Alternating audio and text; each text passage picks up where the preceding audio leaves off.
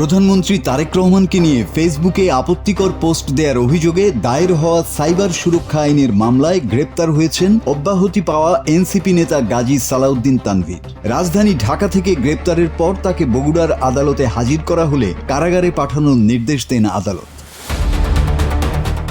বুধবার ভোরে রাজধানীর মণিপুরি এলাকার একটি আবাসিক ভবনে অভিযান চালিয়ে গাজী সালাউদ্দিন তানভীরকে গ্রেপ্তার করে গোয়েন্দা পুলিশ।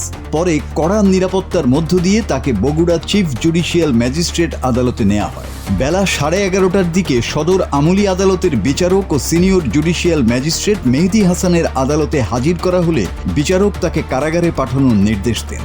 আদালত থেকে বের করে কারাগারে নেওয়ার সময় আদালত চত্বরে সরকারি আজিজুল হক কলেজ ছাত্রদলের সদস্য সচিব রফিউল ইসলামের নেতৃত্বে কয়েকজন নেতাকর্মী তানভীরকে লক্ষ্য করে ডিম নিক্ষেপ করেন। এ সময় তারা বিভিন্ন স্লোগানও দেন।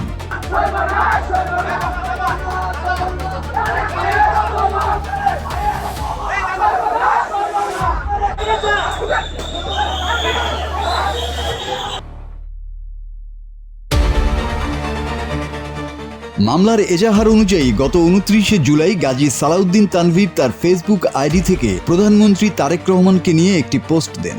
অভিযোগ, ওই পোস্টে মানহানিকর ও উস্কানিমূলক মন্তব্য করা হয়, যা সামাজিক যোগাযোগ মাধ্যমে ছড়িয়ে পড়ে ব্যাপক প্রতিক্রিয়া সৃষ্টি করে। পরে সমালোচনার মুখে পোস্টটি মুছে ফেলা হয় বলেও এজাহারে উল্লেখ রয়েছে। এই ঘটনায় বগুড়া সদর উপজেলা বিএনপির সভাপতি মাফতুন আহমেদ খান রুবেল বাদী হয়ে গত 2 আগস্ট সাইবার সুরক্ষা আইনে মামলা দায়ের করেন। সেই মামলার ভিত্তিতেই ঢাকায় অভিযান চালিয়ে তাকে গ্রেপ্তার করা হয়।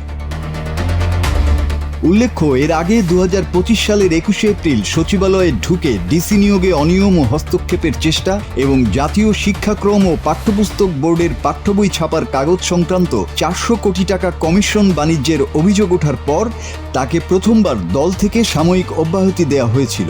পরবর্তীতে 2026 সালের এপ্রিল মাসে তার এই অব্যাহতি প্রত্যাহার করা হয়।